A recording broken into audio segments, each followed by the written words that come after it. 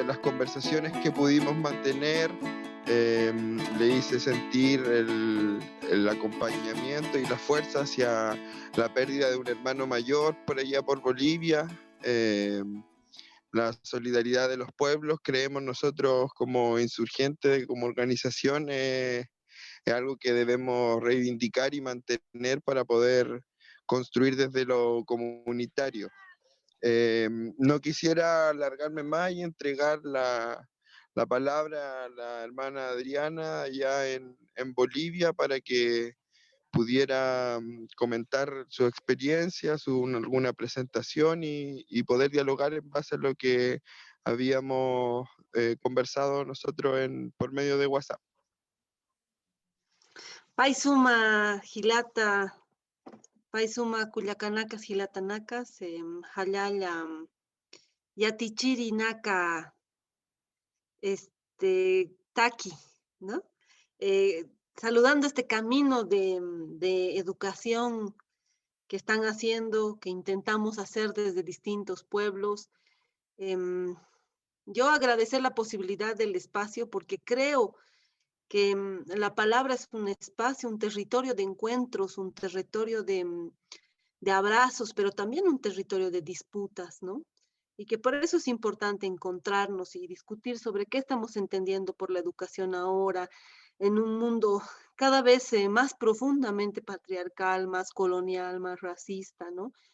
En el que a veces la educación, que es una herramienta de lucha, de liberación, se recicla, es funcional al sistema, la misma educación popular, los mismos caminos de izquierda, hasta los mismos caminos anarquistas y hasta los caminos ancestrales que hemos buscado, nos van generando frustraciones, ¿no? En estas lógicas, en estos encuentros con el poder, en estos encuentros con las leyes, con las políticas, con los estados, ¿no?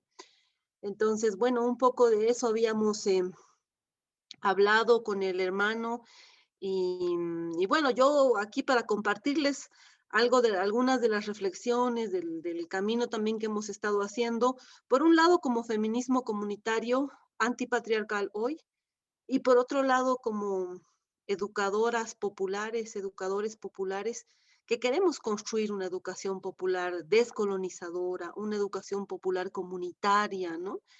Entonces, esas dos cosas yo quisiera compartir ahora, ¿no? Primero, eh, el feminismo comunitario antipatriarcal para nosotras ha sido una herramienta de lucha.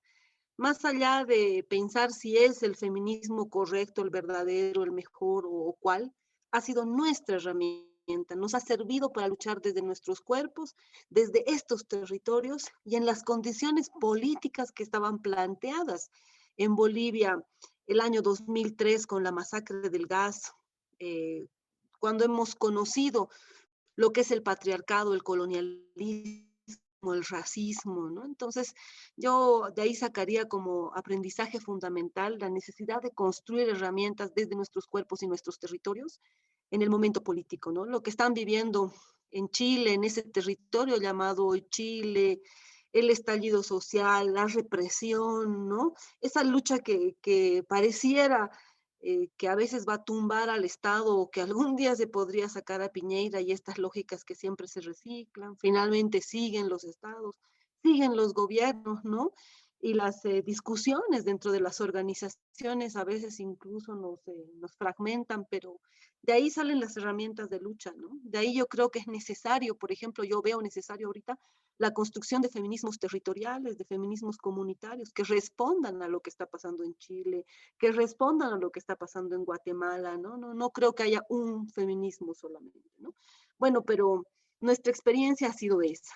Nos hemos definido feministas en la masacre del gas, el 2003, porque ahí hemos visto cómo opera el colonialismo, qué es el colonialismo, qué es el racismo, y en concreto es masacrar a nuestras hermanas y a nuestros hermanos aymaras, porque los militares no masacran a los ricos, no masacran a los cuicos, no van a disparar ahí a los barrios de la gente que tiene dinero, sino de los pueblos originarios, del pueblo mapuche, de los barrios, de las poblaciones, de los sectores empobrecidos, ¿no? ¿Qué más podemos estudiar de colonialismo y racismo si no mirar eso? mirar lo que ha sido el estallido, mirar a quienes matan, a quienes disparan, quienes pierden el ojo, ¿no?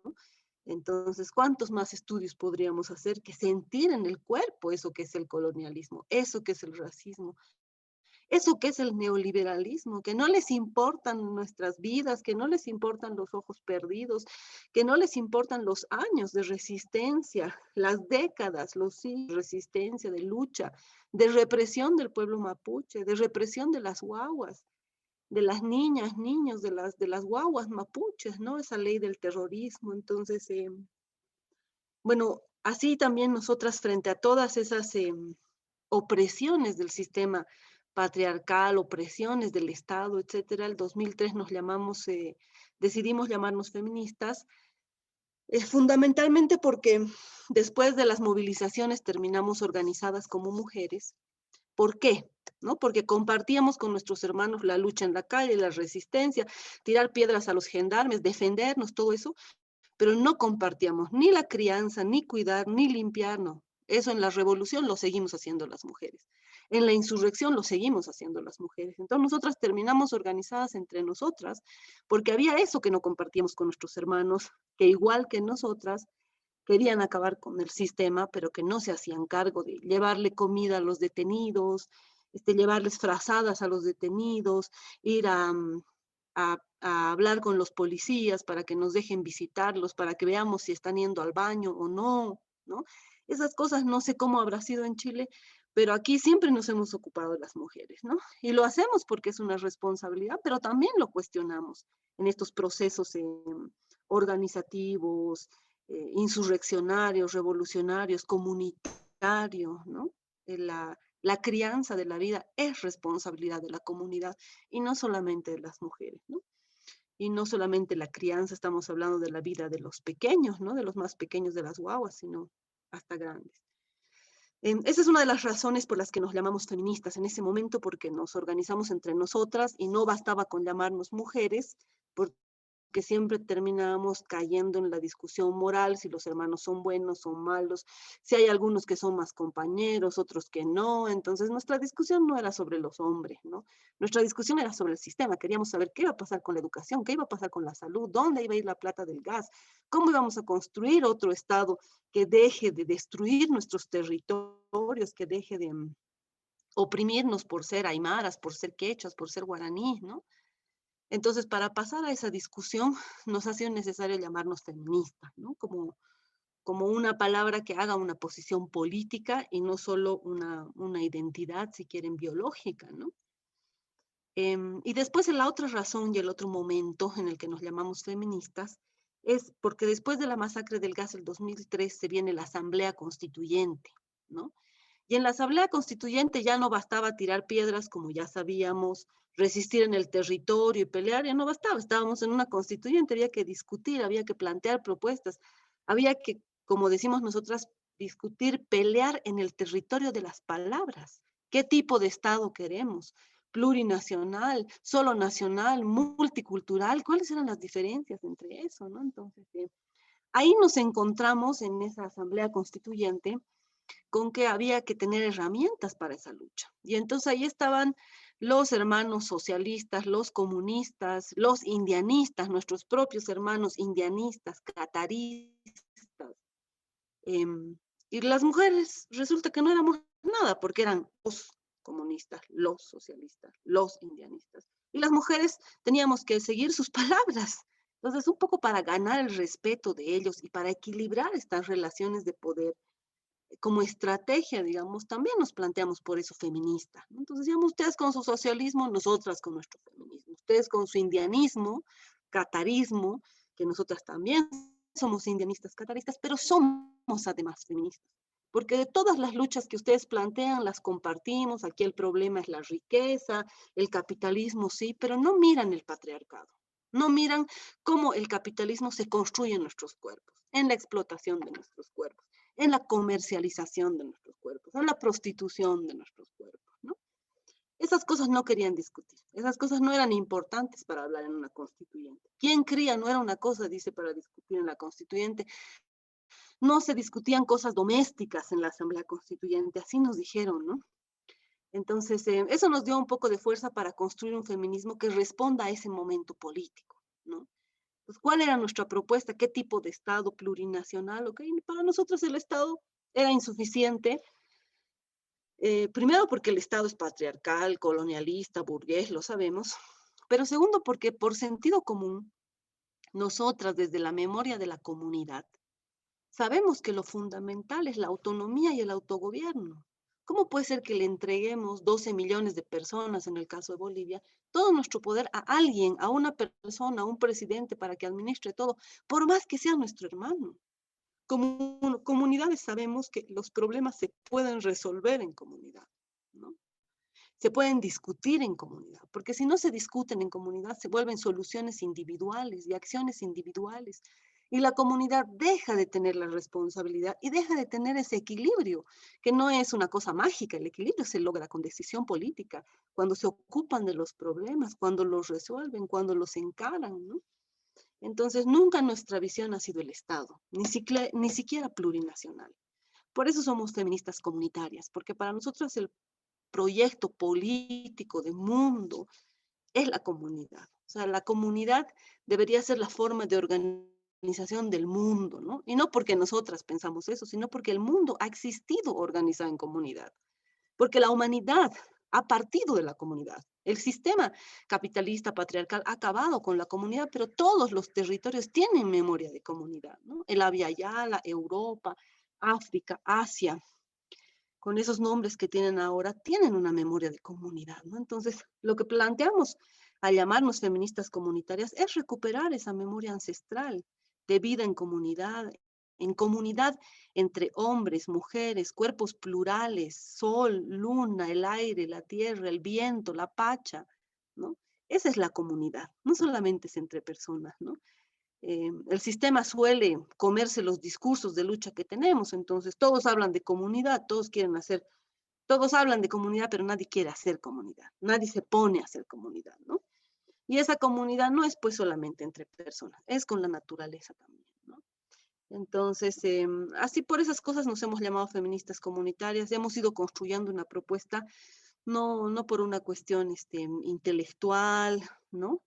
Sino porque estábamos respondiendo a ese momento histórico de la Asamblea Constituyente, de discutir en las organizaciones sociales, ¿no? De hacer realmente un proceso de transformación, un proceso de cambio desde los pueblos indígenas, originarios, campesinos, aymaras, quechuas, guaraníes, cejas, más de 36 naciones que hay en este territorio del Collasuyo, llamado Bolivia, y el proyecto final es la reconstitución del territorio, ¿no? Si se reconstituye el pueblo aymara, que llega hasta allá, hasta ese territorio llamado Chile, si se reconstituyen los pueblos, se rompen las fronteras de los estados, ¿no? Se rompen las imposiciones de las fronteras de los estados. Entonces, ese era el proyecto original del Estado plurinacional, ¿no? Hacer como una transición, ¿no? De, reconocer las diferentes naciones que ocupamos este territorio, pero para reconstituirnos, ¿no? ¿Qué quiere decir reconstituirnos? Al final, asumir nuestra autonomía, nuestro autogobierno.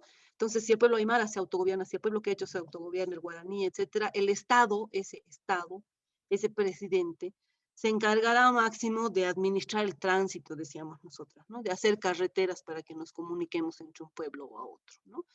Eso para pensar que acabar con el Estado no es una utopía lejana, una cosa imposible, ¿no? Estamos hablando de autonomía, autogobierno dentro de un Estado que se ocupa de lo mínimo que tiene que hacer, ¿no? Que es la comunicación, ¿no? No tiene por qué definir sobre nuestra educación, sobre nuestra salud. ¿Por qué? Porque para nosotros la base de la existencia de la comunidad, que la hace posible hasta hoy, porque la comunidad no es una utopía alcanzar, mmm, con una revolución en la comunidad, hoy existe, pero existe porque tiene autonomía, porque resuelve su problema de salud. Imagínense si tuviera que esperar que funcione el sistema de salud en pandemia, ya se hubieran muerto todas las comunidades. Resuelve su problema de alimentación, no depende del sistema, del mercado, ¿no? No totalmente, seguro dependen algunas cosas, pero hay una autonomía alimentaria, ¿no? Si somos capaces de producir lo que comemos, autonomía alimentaria. Si somos capaces de recuperar esos saberes ancestrales que hoy están de la salud, de la medicina, ¿no? De la comida que es medicina. Entonces somos capaces de existir al margen del Estado, de esos negocios con las transnacionales, etcétera. Y ahí está nuestra posibilidad de fuerza y de autogobierno, ¿no? Entonces, esas han sido las discusiones que hemos ido planteando como feministas. Nos ha servido llamarnos feministas porque nos ha obligado a nosotras mismas a profundizar nuestra concepción del patriarcado, ¿no? A ver qué es exactamente y por dónde podemos darle golpe, ¿no? Por dónde podemos ir desmontando, desarmando ese patriarcado, que a diferencia del feminismo en Europa, de los feminismos incluso anarquistas, incluso socialistas, eh, nosotras vivimos una realidad distinta, ¿no? Porque esos feminismos pueden hablar sobre el extractivismo, pero no viven pues al lado de las mineras, no consumen esa agua que contamina su territorio, que destruye su cuerpo, no se llevan a sus hermanas en las redes de trata y tráfico, ¿no? Entonces ahí sí pueden hablar de derechos, ahí sí pueden esperar dialogar con el Estado. Nosotras vivimos en una situación desesperada, o sea, queremos vivir bien, queremos que no se lleven a nuestras guaguas en las redes de trata, tráfico, prostitución. Queremos que nuestras hermanas no mueran de la contaminación del agua, que no respiren azufre en esta contaminación que hacen las mineras, ¿no? Entonces, ahí están nuestras diferencias también con otros feminismos. Y por eso yo digo que es fundamental la construcción de un feminismo que responda a los cuerpos y a los territorios donde estamos, ¿no? A diferencia de estas lógicas académicas que siempre intentan implementar recetas, ¿no? ¿Qué feminismo aprender de memoria, digamos? Yo creo, nuestra experiencia ha sido esa, ¿no? Responder a la Asamblea Constituyente, posicionarnos también en un Estado plurinacional. Más allá de que creemos que el proyecto es la comunidad, entendemos que un Estado plurinacional tiene que descolonizar, tiene que hacer una educación despatriarcalizadora, ¿no? Entonces, ese ha sido un poco nuestro camino como feministas comunitarias. El año 2016, como organización, que estábamos en Bolivia, en Chile, en México, en distintos lugares, hemos tenido una ruptura interna denunciando la violencia de una de las integrantes de la organización, ¿no? Y eso también ha sido un aprendizaje fundamental, porque la primera posición ha sido no, no podemos denunciarla porque es una hermana, ¿no? Doblemente porque es una hermana. Debería tener más responsabilidad, porque tiene un discurso feminista, porque somos de un mismo pueblo, porque nos miramos en un mismo cuerpo. Por eso justamente no podía ejercer violencia, ¿no? Una puede esperar violencia de los gendarmes, puede esperar violencia pues de los empresarios, de sus grupos de poder, ¿no? Pero no de las hermanas, no de los hermanos.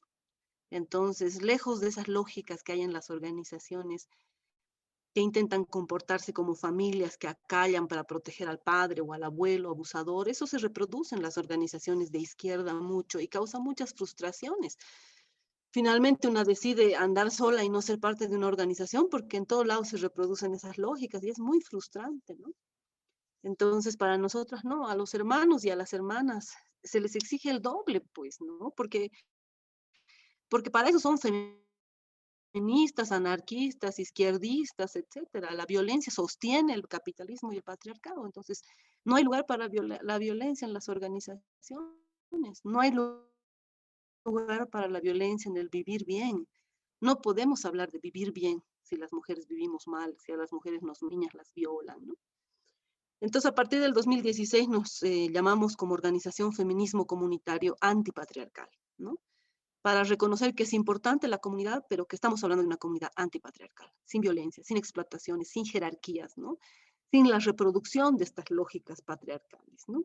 Ni aunque sea en bien de la organización, ni en bien de un hermano, de una hermana, ahí no hay bien superior, ¿no? No, no creemos en esos discursos del bien superior, es la comunidad y la decisión de la comunidad tiene que ser capaz de autocriticarse y seguramente también capaz de encontrar sus caminos pedagógicos de justicia, y también se ha hecho en muchas organizaciones y en muchas comunidades, ¿no?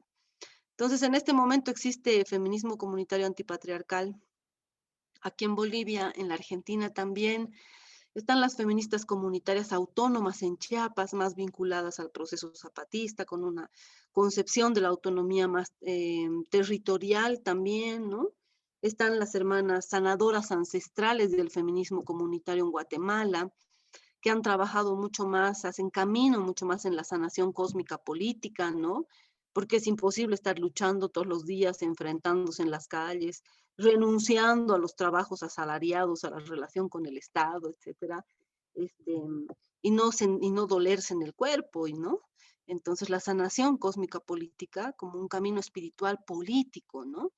No despolitizado, no funcional al sistema, no individualista, porque también hay todas estas lógicas de la espiritualidad bastante mercantilizadas, ¿no? Individualistas de, bueno, yo hago mi centro, mi sanación, mi ceremonia y que se caiga el mundo, no me importa si mi vecina come, ¿no?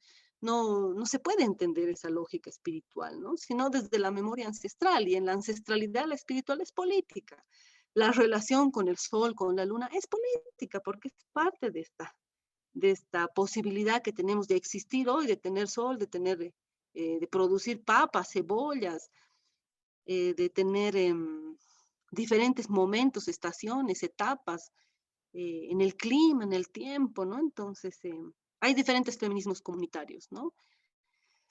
Están en territorios, nos articulamos, nos organizamos, discutimos entre nosotras también, nos articulamos con otras organizaciones feministas.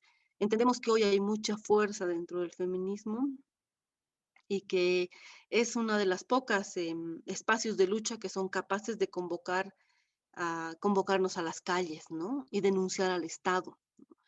Obviamente el feminismo está de moda también, eso no quiere decir que todos los feminismos son antipatriarcales. Hay feminismos que son funcionales al sistema, no se olviden que hasta Bachelet creo que se ha dicho feminista en algún momento, este, que hay feministas dentro del Banco Mundial, ¿no? Dentro de Naciones Unidas, cómplices de la ocupación de los estados, cómplices con su silencio de la masacre de los pueblos, ¿no? Entonces tampoco idealizamos el feminismo, pero sí lo utilizamos como una herramienta de lucha, ¿no? Entonces ahí lo hacemos por necesidad. Yo creo que en un momento cuando no haya el patriarcado, seguro no seremos feministas, pues, ¿no? Eso, hermanas y hermanos, y para pasar a unos minutos a esta segunda dimensión que tiene que ver con todo esto que les he compartido, la educación popular, ¿no? En los años 70, 80 ha sido muy importante la educación popular aquí en Bolivia, en la resistencia a la dictadura, ¿no?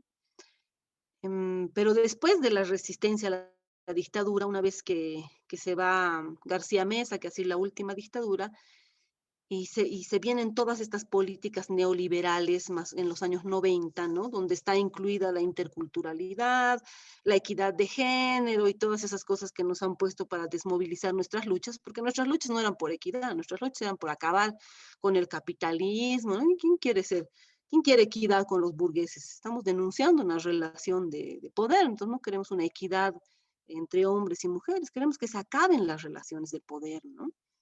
Entonces, pero nos han impuesto estos discursos, sobre todo en la educación.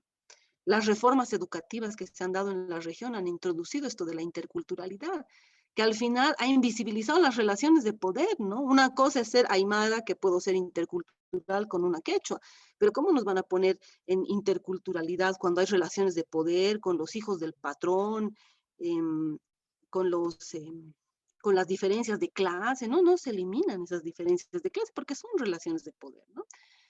Entonces, en los años 90 ha habido una discusión fuerte sobre la educación, y ahí la educación popular ha terminado, yo creo, bastante en manos de las ONGs, de la cooperación internacional, ¿no? Se ha comido, yo no sé cómo habrá sido en Chile, pero aquí por lo menos y en otros lugares, en el Ecuador también, la cooperación internacional ha utilizado a la educación popular, como ahorita quiere utilizar al feminismo, ¿no? Entonces, todos sus planes, proyectos que vienen ocultando los capitales de las transnacionales, las explotaciones de los territorios, vienen con carátula de feminismo, con carátula de educación popular, de interculturalidad, de inclusión, ¿no? Entonces, por eso también es importante repensar la educación popular. En los años 90 hemos hecho una discusión sobre eso, ¿no? Em, ¿De qué revolución hablamos los pueblos indígenas? Porque esta educación popular tan de izquierda, ¿no? Tan eurocéntrica también, mirando sobre todo la lucha de clases, basada sobre todo en el marxismo, pero sin mirar la memoria de nuestros pueblos originarios, nuestra memoria ancestral, nuestros colores de piel, las relaciones de poder que existen en estos territorios, era una educación parcial, pues, ¿no? Realmente popular y no comunitaria, ¿no? revolucionaria, pero en realidad no para el vivir bien, no de la transformación, ¿no? Entonces hemos hecho varias de esas críticas ahí. Y ya después se viene todo este proceso que les contaba, la masacre del gas, todo. Yo en ese momento era también educadora popular, luchando siempre por el hombre nuevo, como decimos con otras hermanas, hasta que nos dimos cuenta que éramos mujeres, porque llevábamos 10 años luchando por el hombre nuevo, pero nunca habíamos discutido dónde estaba la mujer nueva o de qué tipo de relaciones había entre ese hombre nuevo y esa mujer nueva. O sea, algo que hay que reconocer en la educación popular en Bolivia es que no se había discutido las relaciones de poder sobre los cuerpos de las mujeres, las relaciones de dominación sobre nuestros cuerpos. El aborto era una cosa que no se mencionaba ni por si acaso, ¿no? La autonomía de los cuerpos no se mencionaba.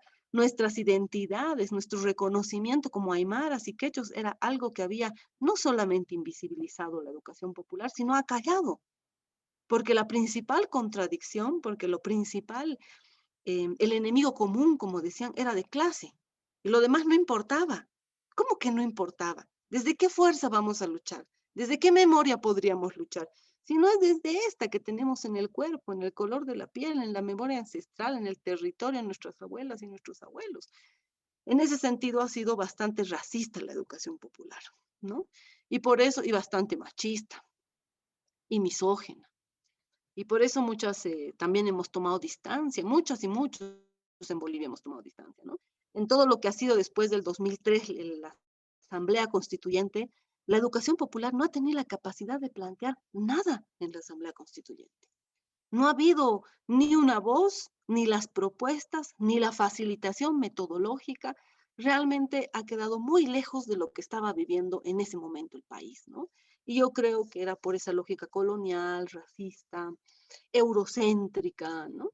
Entonces, ha desaparecido bastante durante la construcción del Estado plurinacional, al punto que hemos planteado en el país como parte del Estado plurinacional, la Constitución y la nueva ley de educación, una educación despatriarcalizadora, una educación intracultural, ¿no? Porque lo intercultural es un concepto liberal, ¿no? Lo intracultural es importante para reconocernos, ¿no? Para encontrar nuestra fuerza, para entender el colonialismo, el racismo que hemos vivido en estos territorios, ¿no? Entonces, esas cosas se han planteado en la construcción de la constituyente y después, ¿no? En las leyes que se tienen que hacer después para concretar la constituyente. Y ahí la educación popular no ha sido capaz de de ir al mismo paso, si quieren, ¿no? De tener el mismo ritmo.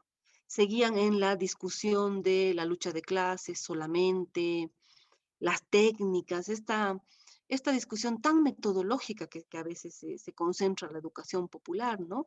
La circulación del poder, la participación, la construcción colectiva del conocimiento, ¿no?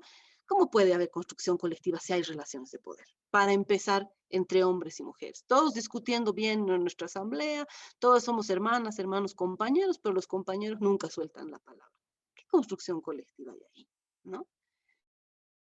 Entonces, varias, yo creo, metodologías, no sé, erradas, panfletarias, yo diría en algún sentido que tiene la educación popular, pues, ¿no? Que no eran suficientes para lo que se estaba discutiendo en ese momento, ¿no? Entonces, durante el proceso constituyente, yo creo que hemos ido construyendo más bien otras herramientas educativas despatriarcalizadoras, descolonizadoras, pensar realmente cómo se construye no solo un currículum, ¿no? Sino cómo se organiza el tiempo de la educación para, para poder hacer una educación que no sea capitalista, que no sea en la acumulación del tiempo. O sea, ¿por qué las guaguas tienen que correr para ser bachilleres y después tener licenciatura y después tener maestría y después tener doctorado? Primero, que no lo van a lograr, no tienen plata para pagarse una maestría.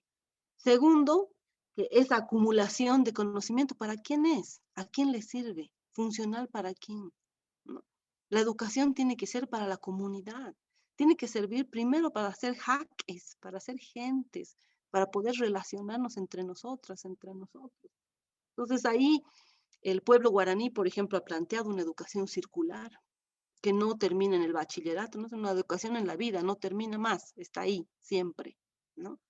o hay toda una discusión sobre si eso es legal o no. Hasta ahora ellos se están resistiendo porque un principio de nuestra educación es la despatriarcalización, ¿no? Así se han ido planteando otros elementos. Ahí la educación popular no ha tenido, como les decía, las propuestas suficientes, pero también después del golpe de Estado en Bolivia el 2019 hemos visto la necesidad de recuperar la educación popular para ir construyendo una educación popular comunitaria, una educación popular descolonizada, una educación popular no racista, una educación popular feminista, ¿no? Porque el 2019 hemos visto que estábamos los pueblos indígenas, toda nuestra fuerza, toda nuestra memoria, y también nuestras guaguas neoliberalizadas, nuestras guaguas desclasadas, nuestras guaguas racistas, ¿no? Que se han hecho parte del golpe en las universidades, en la misma calle, ¿no? Planteando que las indias, los indios son corruptos, ¿no? Entonces, ni lo uno ni lo otro, necesitamos complementarnos, ¿no? Entre las diferentes formas de luchas que hay. Y bueno, y por eso estamos ahora en ese camino de hacer una educación popular que no sea racista, ¿no? Una educación feminista. Y yo no creo, no tenemos una solución de qué hacemos con el poder, pero sí tenemos el aprendizaje de, de que hay que identificar las relaciones de poder, y hay que nombrarlas, y hay que denunciarlas, y hay que visibilizar cómo se reproducen, porque eso es lo que la educación tiene que transformar, esas relaciones de poder, ¿no? Esas relaciones de dominación, esas relaciones que están dentro del colonialismo, el racismo, el machismo, la misoginia que ni se nombra, ¿no? Y que muchas veces los compañeros alimentan, la heteronormatividad que se impone, ¿no? Y que en la memoria ancestral de nuestros pueblos está en los cuerpos plurales. Hemos tenido tías lesbianas, diríamos ahora, ewas, eusas es en Aymara, en Quechua, pero claro, la colonialidad nos ha impuesto esta heteronormatividad, ¿no? Bueno, hermanas, hermanos, hasta ahí yo compartiría para poder dialogar. Me he pasado del tiempo. Muchas gracias.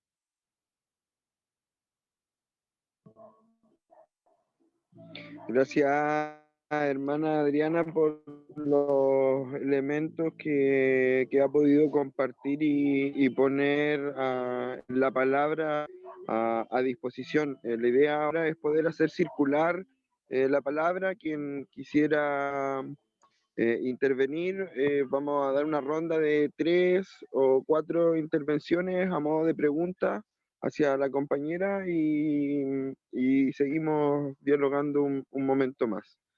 Quien quiera tomar la palabra.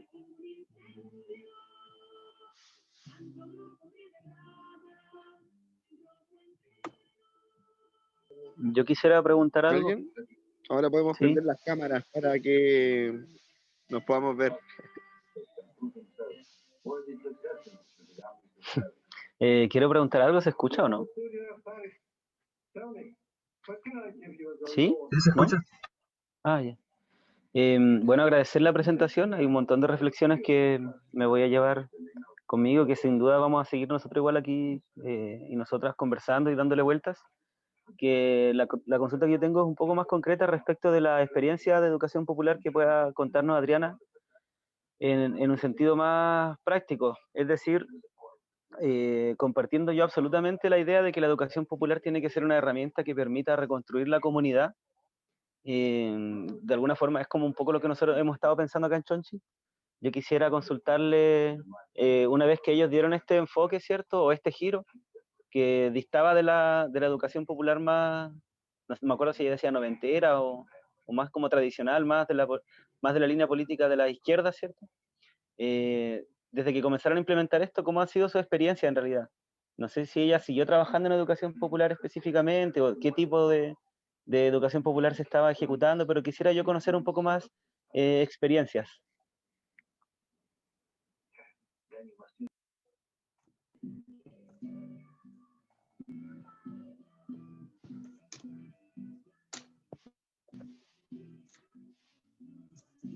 ¿Alguien más quisiera tomar la palabra para poder hacer un grupo de preguntas o de intervenciones? Hola, yo quiero preguntar, pero me perdí la pregunta anterior. Como para no repetir lo mismo. Dale, Marce, pregunto después de ti.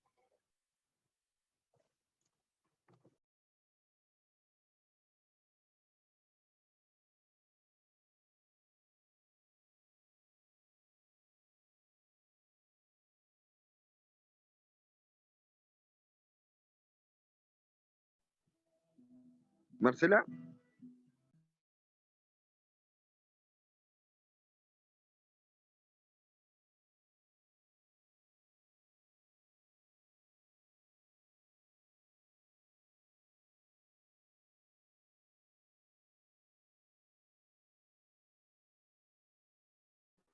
Marce, ¿pediste la palabra?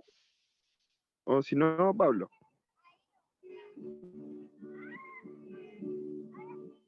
Ya, yo voy a aprovechar que tengo el micrófono abierto y la Carmen igual quería preguntar. Está leyendo.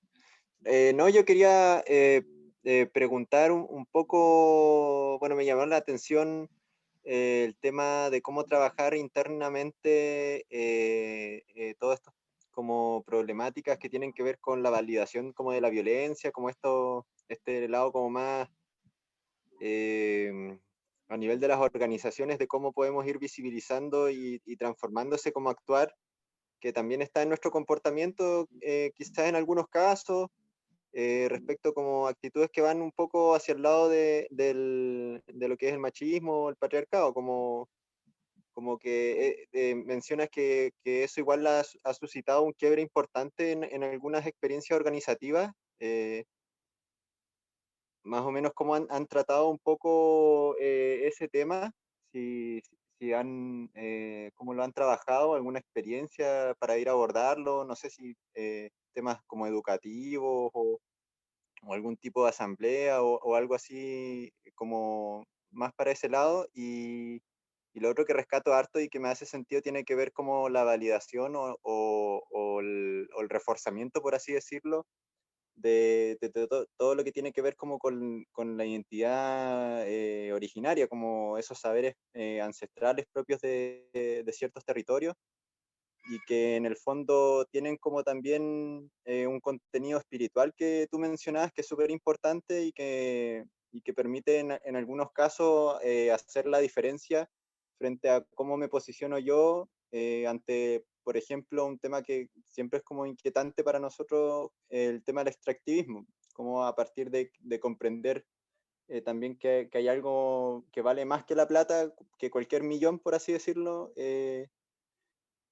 puede permitir reforzar lo que es la defensa como efectiva del territorio. Y si han tenido alguna experiencia en cómo ir, poder fomentar como esos aspectos, porque me pasa de repente que yo veo aquí comunidades o personas importantes en ciertas comunidades o sectores que como que escriben, por así decirlo acá, lo que es pueblo huilliche, pero en paralelo igual está ese problema de que varios son, o da la impresión de que es como un poco pasivo su defensa como más férrea del territorio. Por lo menos es lo que pasa acá en Chile, a diferencia de lo que es, por ejemplo, la Araucanía y otras comunidades un poco más activas con ese tema. Pero más que nada esas serían como mis dos preguntas, de qué manera poder trabajar o qué experiencias han tenido para ir abordando esos dos aspectos. Daisy también había solicitado la palabra y después voy a leer una pregunta que escribió Carmen en el chat. O si hermana Adriana tiene acceso al chat, ahí hay una pregunta que escribió una compañera. Quedó pendiente la pregunta de la Marcia igual, que se había caído.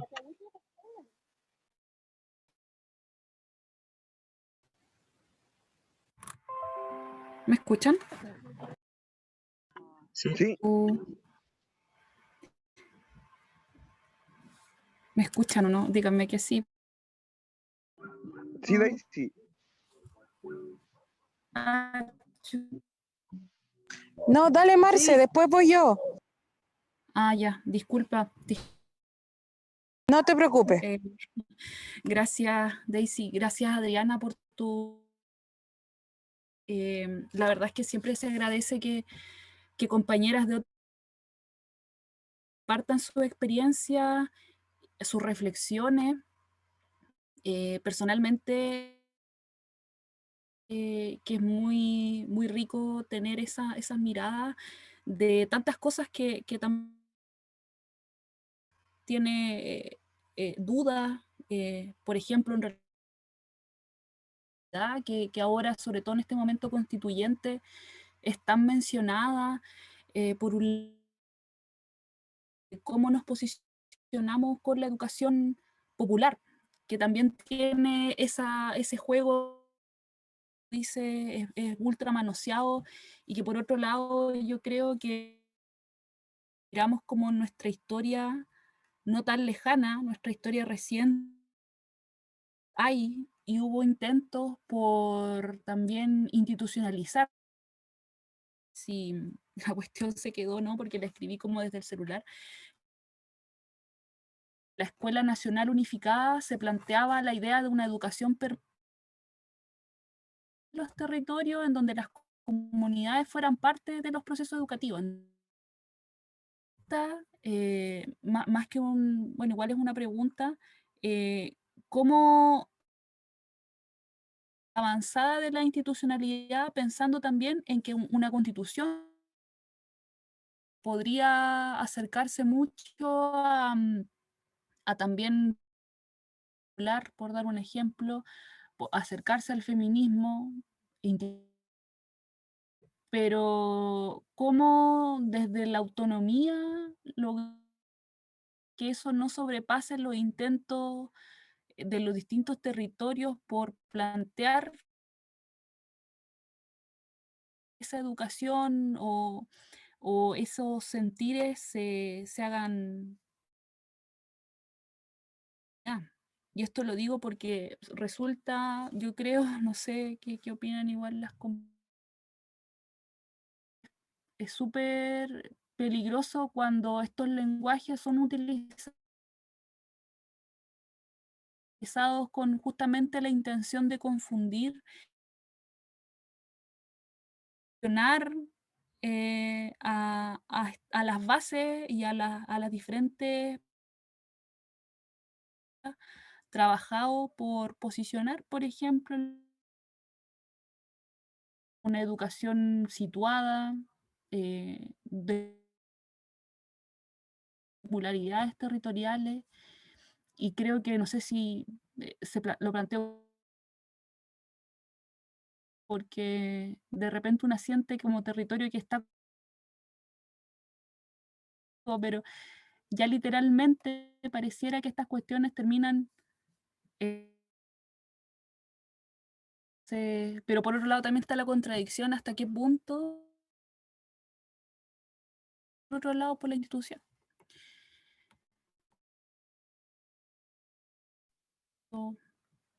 Compañera, disculpa, se te escucha demasiado cortado.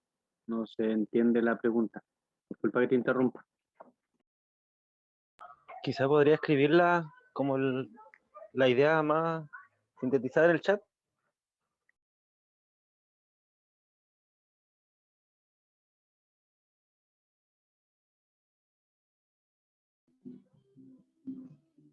Daisy. Ya, no sé si me escucharán bien. Sí. Sí. Bueno, Mari Lamien Adriana, Inche Daisy Cona Piñén, Mapuche, soy Mapuche, vivo en este territorio de Chiloé ya hace como 9 años más o menos. Agradezco de todo corazón la experiencia que nos has compartido. Se aprende mucho y hay muchos sentires que comparto contigo. Más que nada, quería preguntarte, porque acá, ¿cierto?, estamos en un proceso que se quiere levantar con una nueva constitución. Esperemos que no estemos tan amarrados, pero se ha hablado sobre un Estado plurinacional. Y ustedes ya lo plantearon de cierta forma en esa constitución que tú mencionabas que estuvieron participando en las asambleas constituyentes. Acá no logramos la asamblea constituyente como quisiéramos, pero en estos años y devenir, ¿cómo ha sido esa plurinacionalidad? Porque por ahí leía algunos textos tuyos en donde decías, bueno, lo plurinacional fue un instrumento, una herramienta al inicio, pero ahora ya estamos en otra etapa como lo que nos mencionaba, ¿cierto? ese control comunitario, ¿cierto? La comunidad como centro. Y eso me gustó mucho y me gustaría que nos dijera si finalmente sirvió lo plurinacional en la Constitución o no.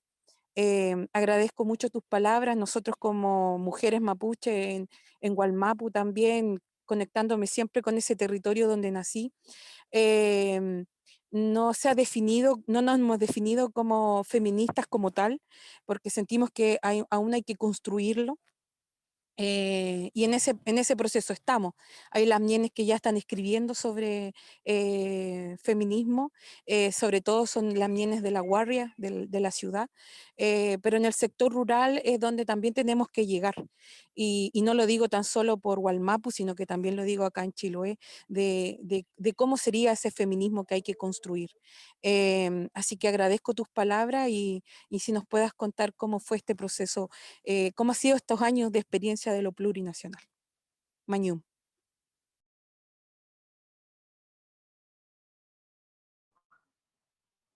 Adriana, si quisiera tomar la palabra para dar una ronda de respuestas, entre comillas.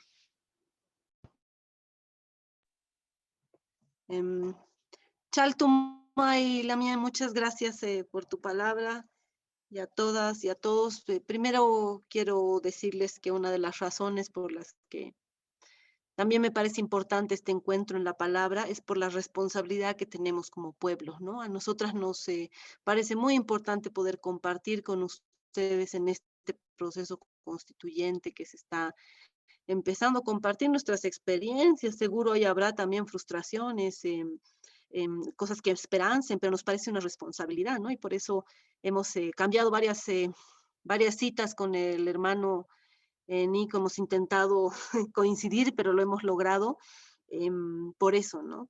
Porque creo que hay responsabilidad en todas y en todos los territorios para lo que vaya a pasar con esta constituyente. Más allá de que se participe o no, de que sea en las mejores condiciones o no, no existimos pues al margen de esos procesos políticos que hay en los territorios, ¿no? Esta idea de estamos afuera de todo es imposible en un mundo donde el patriarcado lo atraviesa todo, atraviesa las organizaciones, entonces somos parte de eso, ahora hay que ver desde dónde nos posicionamos, desde dónde hablamos, ¿no? Entonces, por eso también me parecía importante estar aquí. Voy a empezar por el final, por lo que decía la hermana Daisy sobre lo plurinacional, ¿no? A ver, yo creo que lo primero que hemos aprendido en estos años de constituyente, de la masacre del gas, donde nos definimos nosotras como feministas, de todos los golpes que hemos tenido como pueblo de la derecha, ¿no? Porque han habido 2 o 3 momentos que se ha intentado hacer un golpe al pueblo, ¿no? Que termina en golpes de Estado, pero que empieza por el pueblo, por la masacre del pueblo, la persecución, ¿no? En 2019, el detener arbitrariamente a nuestras hermanas, hermanos, el escupir, hacer arrodillar a las mujeres de pollera, hacerles pedir perdón, esa lógica del racismo con la misma que han asesinado a nuestra abuela Bartolina hace 280 años. Esas mismas prácticas se han reproducido hace un año, ¿no? Entonces, esta idea lineal del tiempo, que se supera, que son procesos civilizatorios, eso ya está superado, eso no vuelve a pasar, ¿no? La humanidad es civilizada, ya nadie va a escupir, ni a arrodillar, ni matar a nadie por el color de piel o por el idioma que habla, eso es mentira, o sea, esa es una imaginación, una construcción del sistema, el tiempo no es lineal, no se trata de superaciones, ¿no? Las relaciones de poder existen, y los capitalistas, los oligarcas, los terratenientes necesitan que exista el racismo sobre nuestros cuerpos, que nuestros cuerpos sean perseguidos para que sean explotados, para que seamos siempre las sirvientas, para que seamos siempre las vendedoras en el mercado, para que ellos tengan la propiedad de la tierra, para que ellos tengan la propiedad del capital, sino cómo, ¿no? Para que ellos sean ricos, nosotras tenemos que ser pobres, empobrecidas más bien. Entonces, creo que esas discusiones para nosotras han sido lo que ha hecho finalmente este proceso constituyente, ¿no? Unos aprendizajes que tenemos, el primero es que hemos entrado en relaciones, en correlación de fuerzas, como dicen, distintas a las que se está planteando ahorita en Chile, ¿no? Para nosotras ha sido importante y no hubiera sido posible plantear todo lo que hemos planteado si no hubiéramos llegado a ese proceso constituyente con una masacre del gas, habiendo sacado al presidente gringo, y desde la fuerza de los pueblos indígena, originario, campesinos de las 36 naciones, ¿no? Con esa memoria y con esa fuerza hemos llegado, ¿no? Y por eso nosotras hemos podido poner las reglas del juego, si quieren, ¿no? Hay otros procesos constituyentes que se hacen desde la democracia, como está pasando un poco también en Chile, todos van a participar, están los partidos, Piñera sigue siendo presidente después de todo el estallido y la movilización social, ¿no? Entonces ahí la correlación de fuerzas, si quieren, es distinta, ¿no? Y ahí hay que analizar desde dónde se participa, ¿no? Nosotras hemos podido poner, como digo, las reglas del juego, hemos puesto que podían ser elegidos los constituyentes por partido, que podían ser elegidos también por pueblo. Cada pueblo ha tenido su representación. Los 36 pueblos tenían su representación en la Asamblea Constituyente. El 53% de las y los asambleístas eran de pueblos indígenas, originarios, campesinos, ¿no? El 51% eran mujeres. La presidenta de la Asamblea Constituyente era una mujer quechuista, quechua, que hablaba quechua, ¿no? Del pueblo quechua que hablaba quechua. El 57% no sabían leer ni escribir. Esa era la gran crítica. ¿Qué constituyente van a escribir si son unos analfabetos, no? Porque no había que aprender a leer y escribir en ese subcastellano para pensar otro país, ¿no? Para plantear lo que queríamos en este territorio. Con esto quiero decir que lo más importante ha sido el proceso mismo de constituyente, las formas en las que hemos llegado, las cosas que hemos planteado, la posibilidad de discutir qué tipo de Estado queremos, qué tipo de economía queremos, qué tipo de educación, cuáles son los derechos fundamentales, y llevar esa discusión más allá de la Asamblea Constituyente misma. O sea, el país ha estado en la Asamblea Constituyente. Si bien 180 personas trabajaban en un colegio durante más de 2 años que han estado discutiendo, las organizaciones sociales mandaban sus propuestas. Las escuelas habilitaban un buzón donde cualquiera iba y escribía, yo quiero que en la Constitución diga esto, y dejaba su papelito, y en la Asamblea Constituyente se leían todos esos papelitos. Entonces, yo creo que eso ha sido lo fundamental, la discusión nacional sobre que en este territorio estamos los pueblos originarios, que en este territorio somos fundamentalmente aymaras, quechuas, guaraníes, que este es nuestro territorio ancestral, que tenemos nuestra cosmovisión, nuestra propia forma de relacionarnos, que para nosotras es importante el vivir bien, que la Pacha tiene vida, que la naturaleza es parte de nuestro cuerpo. Esas cosas que no se hubieran discutido nunca si no hubiera habido una asamblea constituyente, si nuestro Estado también ha sido republicano y colonial, ¿no?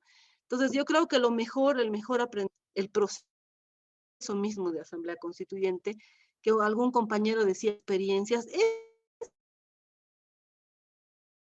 es la experiencia más pedagógica. Esa ha sido la experiencia más la que produce cebollas, la que vende en el mercado, la que vende dulces, el hermano que es transportista, todos discutían sobre el Estado plurinacional, sobre si querían o no romper con la República, ¿por qué ya no queríamos ser nacionales? ¿No? Esa ha sido una gran discusión, porque el nacionalismo ha sido genocida con nuestros pueblos, con nuestros hijos, con su educación también genocida, que nunca miraron a nuestros pueblos, una educación racista, colonial, toda esa discusión se ha hecho, entonces creo que ha sido lo fundamental, ¿no?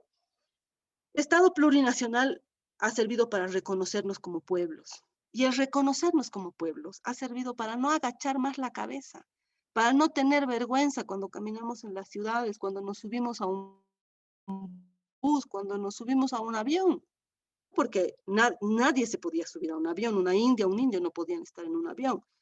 En los minibuses las sacaban, los buses grandes y viejos eran para las indias, y los indios, y los buses nuevos eran para la gente bien, ¿no?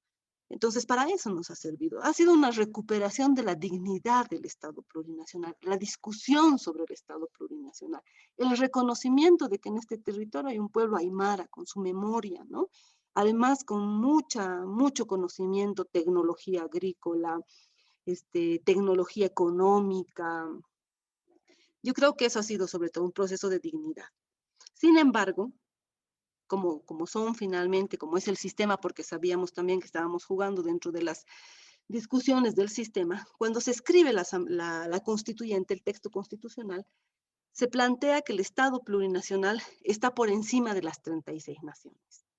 Entonces, las naciones preexistentes, como las aymaras, tenemos que pedirle permiso al Estado, que es posterior, y a sus autoridades, que quién sabe de dónde vienen, que, por ejemplo, nos den permiso de ser autónomos, que aprueben nuestros estatutos, que son como nuestra Constitución, que aprueben nuestra educación, ¿no? Y ahí ha habido una gran discusión. ¿Por qué ellos van a aprobar lo que nosotros decidimos si nosotras ya estábamos en este territorio, ¿no?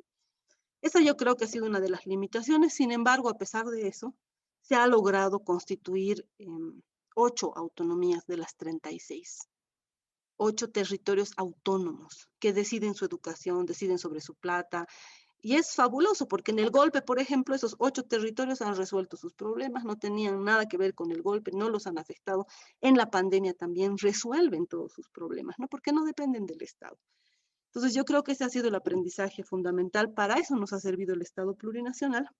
Sin embargo, yo digo que no es suficiente porque la derecha, los grupos fascistas, los terratenientes, los grandes capitales, las transnacionales, no les sirve pues un Estado plurinacional. No les sirven las indias, los indios, los pueblos originarios con dignidad. Ellos tienen que tenernos oprimidos para que estemos trabajando sus tierras, ¿no? Y ahí han venido los ataques golpistas, esta impunidad del racismo que ahora está en todos lados, ¿no? Este ataque permanente a las indias, indios corruptos, enfocados en el Evo, ¿no? Más allá de lo que haya hecho o haya dejado de hacer el Evo, nosotros somos pueblos ancestrales, no empezamos ni terminamos en el Evo, pero han utilizado eso para permanentemente debilitar, digamos, este Estado que estábamos construyendo, y eso es muestra de que el Estado no alcanza, ¿no? ¿Por qué? Porque el Estado también tiene que ser para los ricos, pues. Este gobierno también tenía que darles buenos intereses a las empresas, generar condiciones para la inversión. Nosotros pensábamos que después de la constituyente el gobierno iba a ser para el pueblo, pero el gobierno también era para los empresarios, el gobierno también es para las transnacionales. Entonces eso es una trampa, pues, ¿no? Porque entonces nunca va a ser para nosotros. O sea, nunca esa redistribución es a cada cual según lo que le toca, a los ricos más y a los empobrecidos menos. Y así se reproduce nomás el asunto, ¿no? Eso diría, hermana, yo creo que el límite fundamental ha sido no acabar con la matriz económica capitalista, ¿no? Que está vinculada a la democracia, a la libertad de expresión, a los derechos individuales. Los capitalistas tienen derecho a existir, a tener sus empresas, a robarnos impunemente, ¿no? Entonces, y eso tiene que defenderlo el Estado. Entonces, ese ya es el límite del Estado mismo como estructura, pero también creo que es posible de sobrepasar cuando estas autonomías se consolidan como pueblos, ¿no? Bueno, había varias preguntas, no sé en qué tiempo estemos, pero voy a tratar de responder las otras. Ustedes me dirán el tiempo. Sobre lo que decía la hermana Marce, creo, el currículum, bueno, cómo hemos hecho esta experiencia Han habido distintas experiencias en la educación, ¿no? Porque una de las cosas fundamentales, yo creo que en el proceso constituyente y en la lucha de los pueblos, ha sido también la creatividad. Cuando planteamos la despatriarcalización y que la educación sea despatriarcalizadora, no había pues un manual para despatriarcalizar. Entonces había que inventar qué podía hacer eso. Lo más cómodo para la realidad ha sido cambiar género por despatriarcalización y hablar solo de violencia en la despatriarcalización, y eso es mentira. No es solamente violencia, ¿no? La despatriarcalización es desmontar el sistema capitalista, colonialista, racista, neoliberal, que se impone en el territorio, en la educación también, ¿no? Entonces ha sido una discusión, la discusión más fuerte ha sido crear, digamos, eso que sería la despatriarcalización en términos de metodología, de currículum, ¿no? Una de las primeras intuiciones que han tenido varios pueblos es que la educación no podía ser lineal, como no es lineal el tiempo. No podía ser una carrera a la nada. ¿Por qué esa carrera a la nada? Llevaba a las guaguas de los pueblos originarios, a las niñas, niños que salgan bachilleres y tengan que irse a la ciudad para estudiar el bachillerato, la universidad, un técnico, y nunca vuelven a la comunidad, ¿no? Y llegar a la ciudad significa borrar tu memoria, significa ampliar el pacto colonial, negar a tu pueblo, dejas de ser aymara, en la ciudad ya eres señorita, entras a la universidad y ya eres de clase media, ¿no? Ya no eres aymara, ya no eres india, etcétera. Entonces, que no querían que las guaguas se vayan de la comunidad. El sistema rompe la comunidad llevándose también a las guaguas, ¿no? En esta lógica de desarrollo, de mejorar las condiciones, de conseguir allá trabajo. Si en las ciudades no hay ni comida, si en las ciudades no puedes sembrar para comer, ¿no? Entonces, lo primero ha sido romper esa lógica lineal, ¿no? Y hacer una lógica circular en el sentido de una educación de siempre, una educación en la vida y para la vida, ¿no? Que significa abordar todos los contenidos que manda el currículum nacional, porque también hay un solo currículum, abordar todos esos contenidos, pero pasar un tiempo con los abuelos, por ejemplo, que saben del trabajo con la madera, con las abuelas que saben del trabajo con el tejido, de los abuelos que tienen el pensamiento amáutico, todo el trabajo de la espiritualidad, el trabajo de la tierra, la dirigencia política, ¿no? Entonces, que las diferentes autoridades que hay en la comunidad se hacen cargo de la formación, ¿no? Y eso es permanente, ¿no? Eso pasa todo el tiempo, entonces los adultos también están en los procesos educativos pedagógicos. Esa ha sido una experiencia. La otra experiencia para mí muy importante ha sido que a nivel nacional se ha planteado un currículum único, pero un currículum diversificado también. Entonces, cada territorio, por ejemplo, si es territorio quechua, adecúa sus contenidos, si es aymara, los adecúa, si es guaraní, los adecúa, ¿no? Y otra cosa histórica también ha sido la constitución de las universidades indígenas, ¿no? Porque es una estafa de que todos entremos a la universidad. Si la universidad es una máquina de racismo, es una máquina de producir pequeños neoliberales, ¿no? Entonces se han hecho universidades indígenas con varios requisitos. Primero, que sean útiles para los pueblos, o sea, que ahí se estudien carreras que sean útiles. Por ejemplo, en el caso del pueblo quechua, está la Universidad Casimiro Huanca. El pueblo quechua está sobre todo en los valles, entonces ahí hay ingeniería de transformación de alimentos, ¿no? Para hacer dulces, mermeladas, conservas, para exportar todos los productos que hay en el valle, ¿no?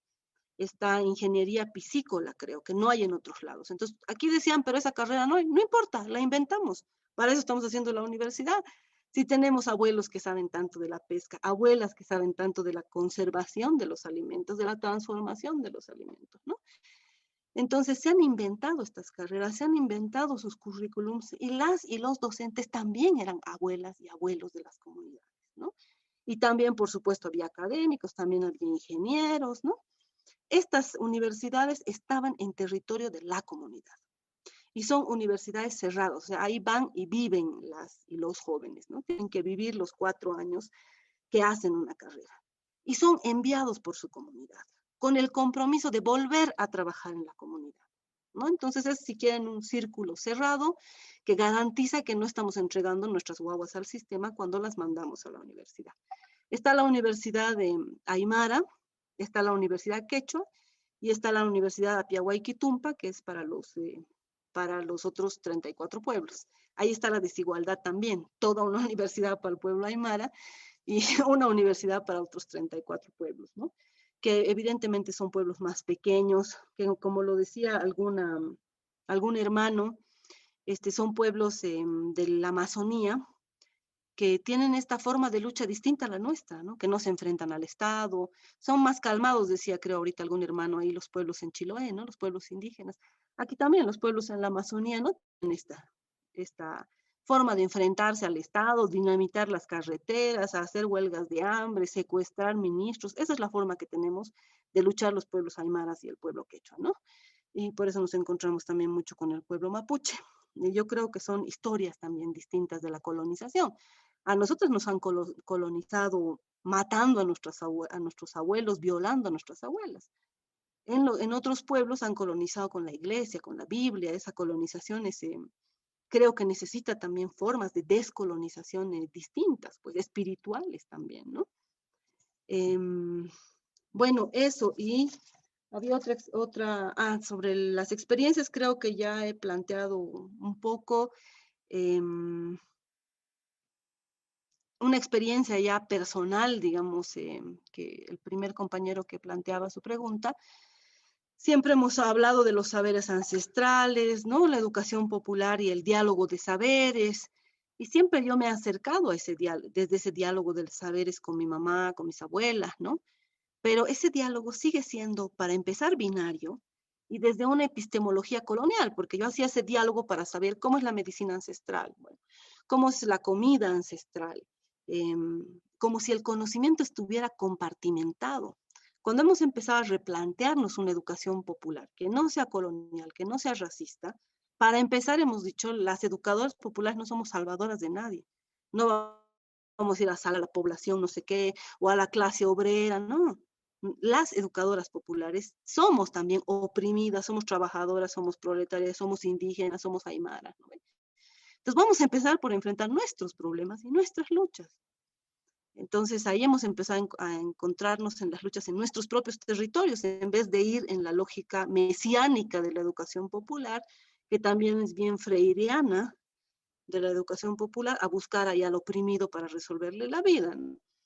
En esas luchas en nuestro propio territorio, yo me he encontrado con este diálogo de saberes, que había sido un diálogo un poco, como decía, binario, ficticio y compartimentado, porque la epistemología es otra, ¿no? Entonces, en este diálogo con mis hermanas, abuelas, en la comunidad, he visto que la medicina no está dividida de la comida, ni está dividida del entorno, es decir, para hacer unas galletas de quinoa que se llaman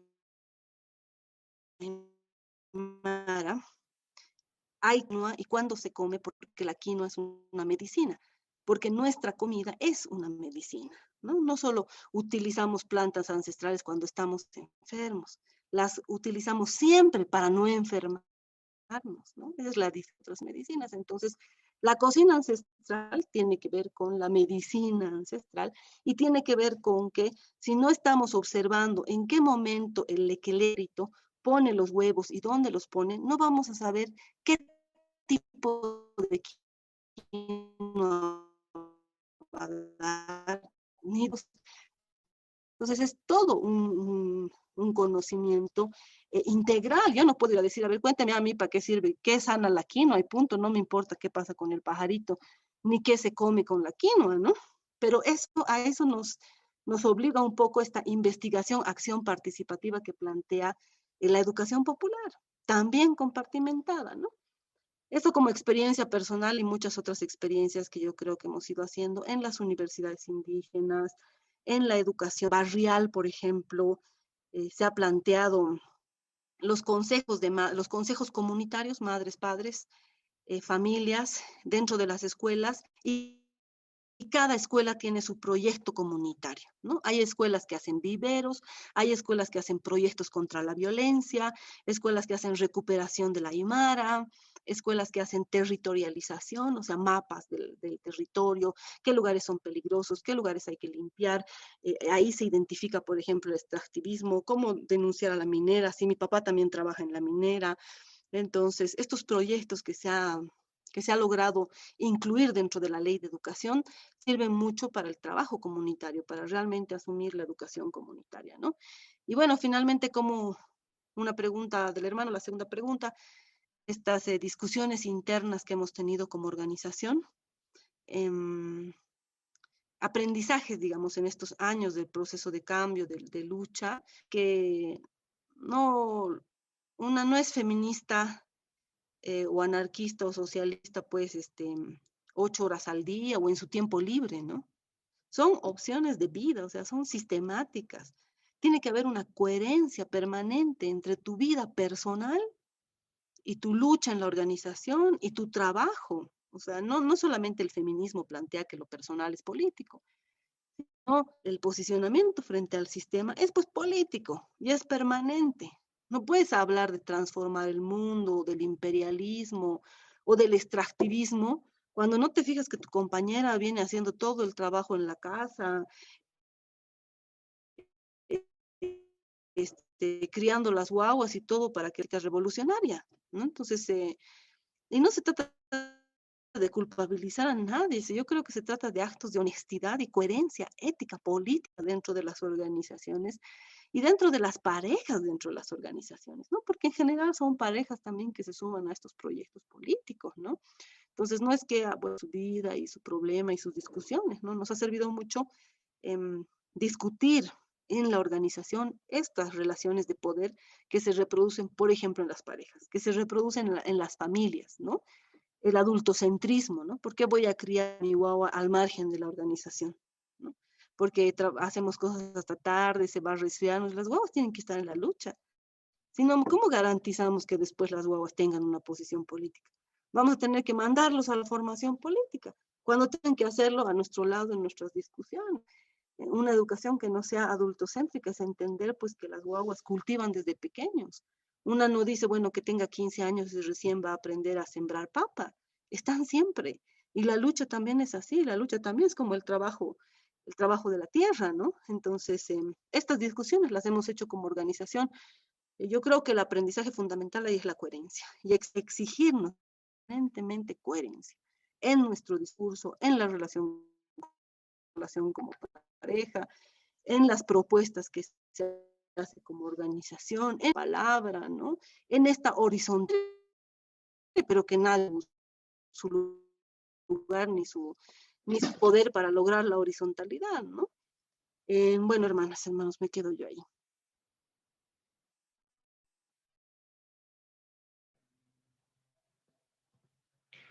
Gracias, Adriana, por la conversación que hemos podido sostener el día de hoy. Creo que la mayoría de nosotros está agradecida y agradecido por cómo hemos podido compartir y escuchar este diálogo.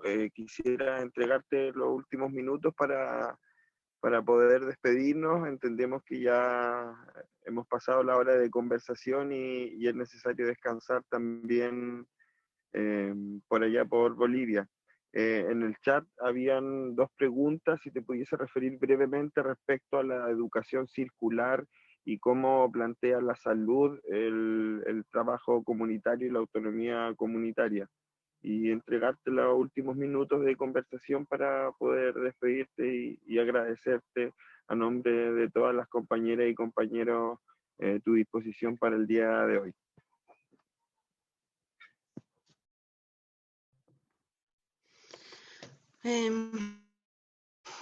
Gracias, Lamien, gracias, hermano.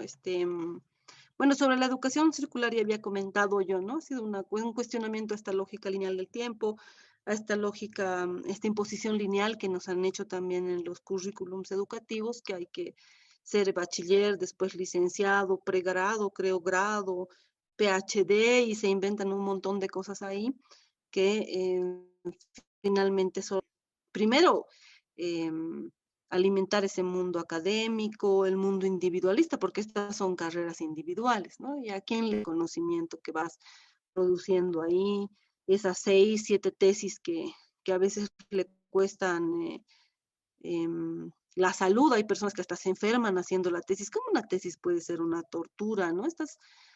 La universidad que no permite que crees nada, tiene que citar todo, etcétera. Entonces, un cuestionamiento, todo eso se ha hecho esta educación circular que yo ya manifestaba, ¿no? Con las diferentes autoridades que hay en la comunidad, los diferentes campos de conocimiento, de acción, de lucha que hay en las comunidades, ¿no? El saber ancestral, las autoridades de justicia, por ejemplo. Entonces, la educación pasa por todos esos campos, ¿no? También hay autoridades del clima, por ejemplo, ¿no? Que se encargan de hablar con la helada, hablar con el granizo para que no destruya la cosecha. Eso tiene toda una base científica, física, y todo eso es pues un aprendizaje que hacen. De ahí han salido, por ejemplo, observatorios de bioindicadores, le dicen, pero en realidad son observatorios del diálogo con la naturaleza, ¿no? De hablar con el granizo. El granizo para nosotras es un ajayo, es un marcaña, es una fuerza, es un espíritu, ¿no? Y hay que hablar con el granizo para que no destruya la cosecha. Entonces, la educación circular tiene que ver con eso. Y la otra cosa que planteaban de la salud, bueno, para nosotras, como dicen las abuelas, la comida es nuestra medicina y la medicina es nuestra comida, ¿no? No se puede tratar de resolver en 1 o 2 días lo que no has resuelto con una comida permanente que tiene que ver con una relación con la naturaleza, ¿no? Yo creo que esta relación que tenemos con la alimentación nosotras tiene que ver con la producción misma de nuestros alimentos, ¿no? No creo que pase por digamos, dejar de comer carne o plantearse en algunas lógicas que también son coloniales de la alimentación, ¿no? Que se vuelven lógicas hasta comerciales. Respetamos la comida que consumimos porque la producimos y porque la producimos en una relación con la naturaleza, ¿no? Por un lado. Y esa comida es medicina, ¿no? Pero enfrente a una pandemia hemos tenido que recuperar muchos conocimientos que ya los estábamos olvidando. Ahí está la cercanía con el Estado. En estos 13 años nos hemos acercado tanto al Estado que hemos empezado a utilizar más el sistema de salud, ¿no? Y toda la industria farmacéutica. Pero en la pandemia, como además había golpe, no había centros de salud, no había medicamentos, nada, las abuelas han vuelto a subir a las montañas, han vuelto a subir a los nevados para recoger plantas que ya no recogían. Plantas que son importantes para el COVID, por ejemplo, porque nosotros que vivimos en altura tenemos muchas plantas para los pulmones, para la tos, todo, ¿no?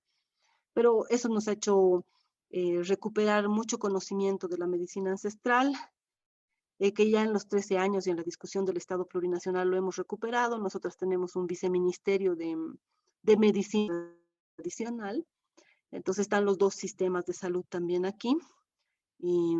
Pero la comunidad, yo creo que lo fundamental es tener los conocimientos de la medicina ancestral que tiene que ver con la alimentación y eso te genera autonomía, ¿no? Para poder enfrentar una pandemia. Bueno, hermanas y hermanos, muchas gracias por este espacio. Yo creo que lo fundamental va a poder ser compartir estas experiencias que vamos haciendo, donde la constituyente es importante, ¿no? Puede ser una esperanza, un miedo a la vez. Así son las cosas, no son o lo uno o lo otro nomás, son todo a la vez, ¿no? Son esperanza, son miedo, son desafío, son frustración, también son enojo, pero son parte de la vida también esas luchas, ¿no? Muchas gracias por el espacio, hermanas, y buen camino para ustedes, Jayaya. Muchas gracias. Muchas gracias. Abrazos, Gracias. cariño. Muchas gracias. Gracias.